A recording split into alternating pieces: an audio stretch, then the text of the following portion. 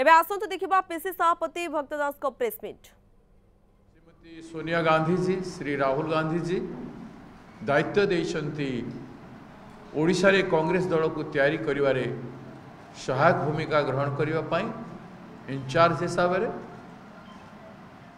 मु तांको ए press conference रे ओडिशा प्रदेश कांग्रेस कमिटी तरफ अभिनंदन जनाउछि एवं जवाब दौछि जे आसंता दिन रे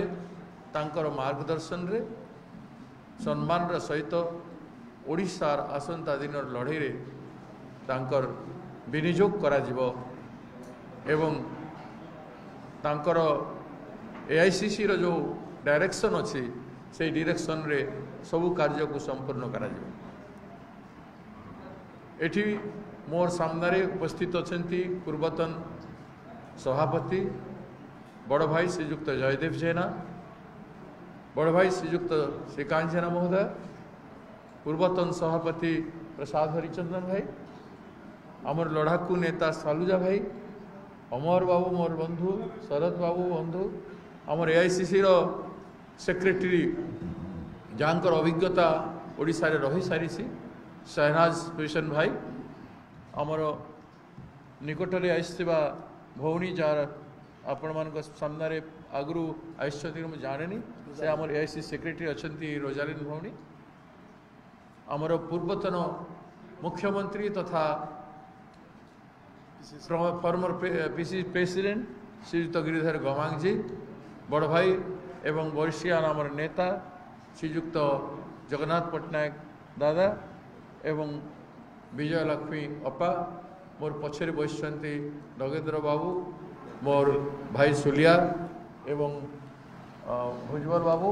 एवं अन्यान्य बंधुगण अछंती, सांबादिक बंधुगण आमर भुवनेश्वर समस्त को मु पुणी थे स्वागत कर।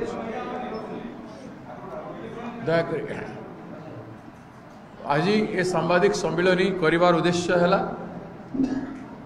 आपण मान सांगे भुवनेश्वर प्रेस मोर विधायक जीवन रो बहुत बड़ कंट्रीब्यूशन अच्छी आपण मानकर एवं आपण मानकर कंट्रीब्यूशन रे ओडिशा रे अनेक उत्थान पतन हेछि। आपण मानकु सहित आपण मानक सहित गोटे इंट्रोडक्शन ता संगे आमे जो यात्रा कलु किसिटा जिनिस नुआ करिबा पई चेष्टा करिछु संगठन को तैयारी करिबा पई सेथि पई एयरपोर्ट रे ओल्लेके आमे जगन्नाथंकर दर्शन भिक्षा करिबा पई जाइथिलु। सेथिरे संकट थिला, संकट यात्रा थिला, संकट थिला कोथि पई कांग्रेस दल को तैयारी करिबा पई, आम निज दल को तैयारी करिबा पई एवं निज भितरे जो दोष त्रुटि मान अभिमान कहती कि बड़ीमा कहती जहाँ भी हो से सबू जिनिस को जलांजलि दे समर्पण भावना रे आम ठाकुर पाखु जाइथिलु। ओडिशा माटीर परिचय जगन्नाथंकटू हुए एवं जगन्नाथंकर मार्गदर्शन स्पष्ट जे सीधा सड़क लोकंकर सेवा कर, गरीब लोकंकर काम कर, अभावी लोकंक पाखु जाओ, ताहेले तुम भगवान को पाइब, केवल मोर दर्शन रे पाइब। तेणु आम पदयात्रा जरिया ये यात्रा कंप्लीट करूँ अनेक उत्साहर सहित। आपण मैंने देखिले हजार हजार लोक भुवनेश्वर एयरपोर्ट रु नहीं करी पूरी जगन्नाथ मंदिर पहुँचवा भितर समस्त कांग्रेस जन समग्र 30टी जिलूर आसिकी समस्ते अंशग्रहण कले, विभिन्न जगार पादरे चलिले एवं सबू वर्षिया नेता माने आसिले। मु आमर बलिष्ठ नेता मान सहित कथबार्ता होइथिली। किछि नेता उदाहरण स्वरूप आमर समस्त नेता प्राय प्रसाद बाबू चली आमर ये बसती जो मैंने समस्त अंशग्रहण करते, जगन्नाथ दादा मध्य चली, जयदेव दादा संगे मोर कथबार्ता होता, बयस दृष्टिकोण चलवाटा मुझे मना करी, श्रीकांत भाई सागर मोर कथबार्ता होता, मुझे निजे मना कर आम ऑफिस रे भी देखा आप आसबार दरकार नहीं। आ मोर मो प्रति आशीर्वाद आगु रही आसी कही सारी भी लोक। तेणु आम समस्त सहयोग मो पाखे अच्छी। निरंजन बाबू राति जाकि मो हाथ भांगा दिन राति जाकि मत देखा करते, चलवाटा वयस्क लोक पाखे उचित नुह, आम युवक अच्छु बोली बयस अच्छी बोली अनुभूति अच्छी चलबार बोली चली दौचु समस्ते चलवाटा संभवपर नुह कि चलवाटा कौन बहादुरी भी नुह मुझे आपण मानक हृदय सहित कहवाक चाहे चलवाटा आपण मैंने भी चलीपर मुझे देखली जो मैंने केवे चली ना से चलीगले एवं झील मैंने भी चलीगले जो मैंने चलुते तेणु बहादुरी किसी नुह केवल गोटे कार्यकलाप गोटे डायरेक्शन गोटे सेट कर संगठन तैयारी करने ओडिशा राज्य को आंदोलित करने गोटे संकल्प थिला गोटे क्रियाशील कार्यक्रम था एवं आत्मविश्वास जगन्नाथ पाक जा अर्थ आत्मविश्वास को मजबूत करवा एवं जगन्नाथ पाखे समर्पण माने ओडिशावासी पाखे समर्पण तेणु ओडिशा आमर ये ओडिशार गर्व गौरव गारिमा सबू जिनिस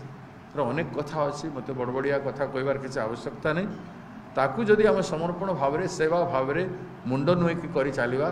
बेले निश्चित भाव सफल एथि मु आपण मान जरिया राज्यवासी को निवेदन करुचे आपण मानकर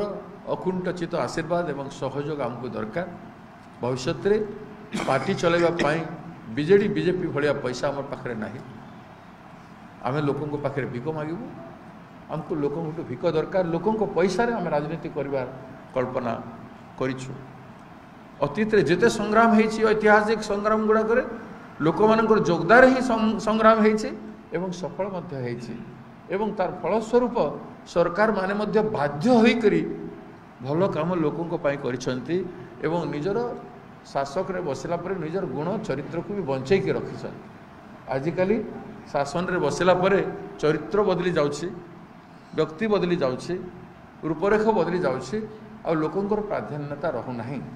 नारी सम्मान रहूना युवक प्रति ध्यान नहीं मार्गदर्शन नहीं जहाँ सब अच्छी आसंता दिन प्रेस कॉन्फ्रेंस अनुरोध करी श्रीकांत जेना जी एवं आमर इंचार्ज लल्लूजी सांगे आसंता 24 तारीख प्रेस कॉन्फ्रेंस हे से आम बलिष्ठ नेता मान अनुरोध करी से कहे श्री जयदेव जेना जी अनुरोध करी से कहे विभिन्न समय विभिन्न बड़ नेता माने जोटा श्रीकांत भाई कहले ठीक कहले किए गोटे प्रेसिडेंट होगला पीसीसी जन तो किए हम तार अर्थ या नुह से ही सबकि से ही